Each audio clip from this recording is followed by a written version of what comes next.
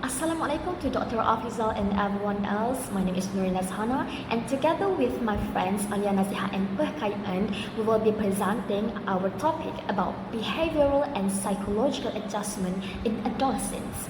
We look forward to sharing insights on how teenagers adapt and cope with the various challenges they face during this important stage of life.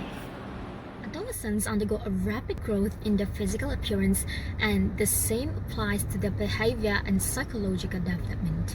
They are currently in the process of adapting to a new environment where they are facing strong emotions, changing peer relationships, increased independence, societal expectations to be more adult-like, and a desire to take risks, all while lacking a fully mature brain to make decisions and the life experience to navigate their situation. In some cases, adolescents might develop some bad behavior and mental illness if adults do not properly guide them. At this stage, it is normal for them to make mistakes because they are still learning and adapting. Assalamualaikum and hi doctor. My name is Alia Naziha binti Ahmad Karami and I'm going to be presenting about stages of adolescence. The stages of adolescence is divided into three parts. The first part is early adolescence, which is at the ages of 10 to 13 years old. At this time around, most adolescents have the stages that is called egocentrism. Their thinking style is highly influenced by themselves only. Not only that, in this time around, the peer pressure will have a high influence. They have this tendency to feel a sense of belonging in their friends group. Their thinking at this time around is black and white, which is either right or wrong, no in between it. Next stages would be middle adolescent, which is at the age of 14 to 16 years old. They have a thinking that they want to outdo the person they are familiar with. In other words, they want to do better than their peers. They did this by analyzing their peers' strengths. This is a good skill for them. This is also the stages where they want to be independent the most from their parents. At the end of this stage, most of adolescents has hit puberty. Lastly, there are late adolescent stage, which is at the ages of 17 to 19 years old. In this time around, their own thinking has already matured.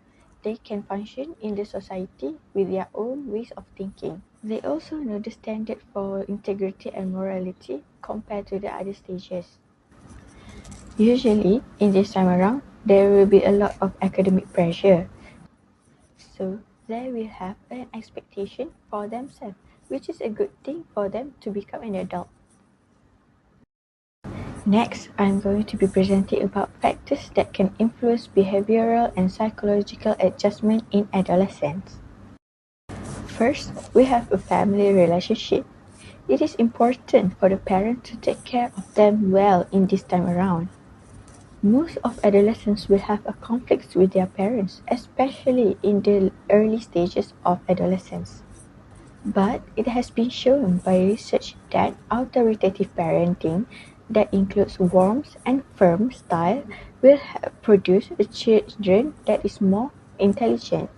There is also a relationship between adolescents and also the siblings. This relationship will provide a healthy rivalry that includes warmth and support between the adolescents and also their siblings. This will produce much more people with a high emotional quotient. Next is school. As we all know, most of adolescents will spend their time in school rather than their own home. So, there's a high chances that their peers will be from the school. Peer relationship is important for them to keep up their image in the group. In middle adolescence, their peers will determine their own attitude in the group. This is because most of their decisions will be influenced by peer relationship. So, their attitude will determine their personality. The reasons for this is because they are admiring their peers in a certain ways. So, their attitude and choices will be determined by their own friends group. Their attitude with each other will determine their own personality. Not only that, there is also a biological changes in the adolescents, which is they will experience a puberty. Puberty is important because if they are late, they will have some problems to fit in with other people. This is because their thinking styles is not matched up with their peers. There's a hormonal changes that can affect their own physical growth. Next, at this stage also, where the brains will mature a lot, the cells will actively do a myelination processes to keep up with their own thinking styles. This will make them have a high emotional intelligence. By the late stages of adolescence, their relationship with parents will usually improve. Lastly, there is also an environmental factors that should be taken into account. Nowadays, it is important to note that our society is heavily influenced by social media. The adolescent is exposed to anything, whether it is knowledge about their own information or even about the health. Not only that, the technology has also evolved, so the teenagers will learn about it. They will spend their time to learn about it so that they can converse with their peers. This is important for them to fit in with other people. And I think that's all from me. Thank you very much. Hello everyone, today I'll be talking about a topic that is deeply relevant to all of us, the different types of risks that adolescents take, especially in relation to their behavior and psychological development. Some of these risks help teenagers to grow and mature. We call these positive risks. Others can be harmful or dangerous. These are now known as negative risks. Today, we'll both explore the good and bad side of risk taking in relation to behavior and psychological adjustment in teenagers. Adolescence is a unique period of change. Teenagers experience rapid physical growth, intense emotional development, and a strong desire for independence. These changes make them more likely to take risks. While not all risk taking is bad, some behaviors can lead to serious outcomes if left unchecked. Let's start with the big behavior risks. These are risky actions that often result from external pressure or emotional struggles. First is the delinquency. Things like truancy, stealing, or vandalism. This often happens due to peer pressure, lack of supervision, or a desire to rebel. Then we have substance abuse, the misuse of alcohol, drugs, or vaping. Teenagers may do this action to manage stress, to look cool so that they can fit in with their peers. Aggressive behaviors such as bullying or fighting can be triggered by frustration or exposure to violent media via movie or drama. Finally, risky sexual behavior, like unprotected sex or early sexual activity, is mainly influenced by media, peers' norms, or low self esteem. These behaviors may offer short term thrills but often lead to long term harm, academically, physically, and emotionally. On the other hand, the good risks of behavioral adjustment in adolescence primarily involve positive behavioral change that promote healthy development and well-being.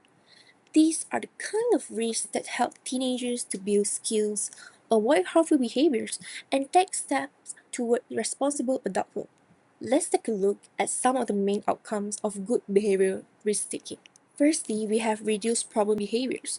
When adolescents are given the opportunity to take positive risks, such as joining a team, taking a leadership role, or volunteering, they are less likely to engage in dangerous activities like drug usage, truancy, or aggression. This kind of healthy challenges give teenagers a sense of purpose and reduce the need to seek excitement through harmful means. Next is the development of life skills. Good behavior risks allow adolescents to build crucial skills like decision making, time management, teamwork, and emotional regulation. These skills are essential not only for navigating teenagers' life, but also to prepare them to become a responsible adult. For example, a teenager who steps up to organize a school event learn leadership, problem solving skills, and accountability. And finally, we have motivation and engagement. Teenagers who take good risks are more likely to be engaged in constructive activities. They become more motivated to contribute to their communities, work towards personal goals, and challenge themselves in meaningful ways. This fosters long term growth, responsibility, and a positive identity. Next, let's talk about the negative psychological risks that many adolescents face. Unlike behavioral risks, which are often visible, psychological risks tend to be internal and silent, but their impact can be just as serious or even more serious than behavioral risks. Let's begin with depression. Many teenagers experience ongoing sadness, hopelessness, fatigue, or a complete lack of interest in things they used to enjoy. It's not just moodiness, it can affect how they think, behave, and function in daily life. If it is left untreated, this emotional numbness can grow into something far more dangerous. One of the most severe consequences of untreated psychological distress is self harm and suicidal thoughts. Some teenagers may cut, burn, or injure themselves as a way to cope with emotional pain. Others might begin expressing thoughts of wanting to die or feel like life is meaningless. These are not attention seeking behaviors like people thought. These are signs of deep internal suffering and they require immediate support and intervention.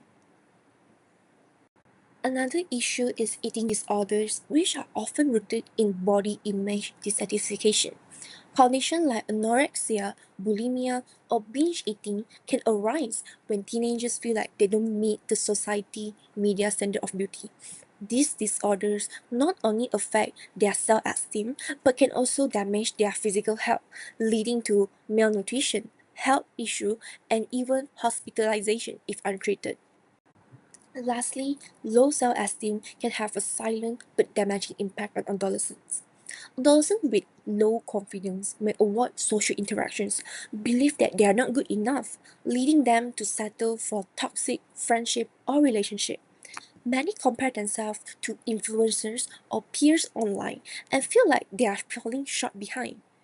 Over time, these can contribute to anxiety, social withdrawal, and emotional burnout. These psychological risks don't just affect emotions, they deeply influence a teenager's brain development, performance, concentration, and even motivation. If these challenges go unrecognized, they can shape how a teenager views themselves and their future. That is why early awareness, support, and open communication are so essential for teenagers. When we think of risks during adolescence, we often focus on the negative, risky behaviors or poor decisions making. But not all risks are harmful. In fact, some psychological risks can be incredibly beneficial for development. When we think another good psychological risk is seeking mental health help.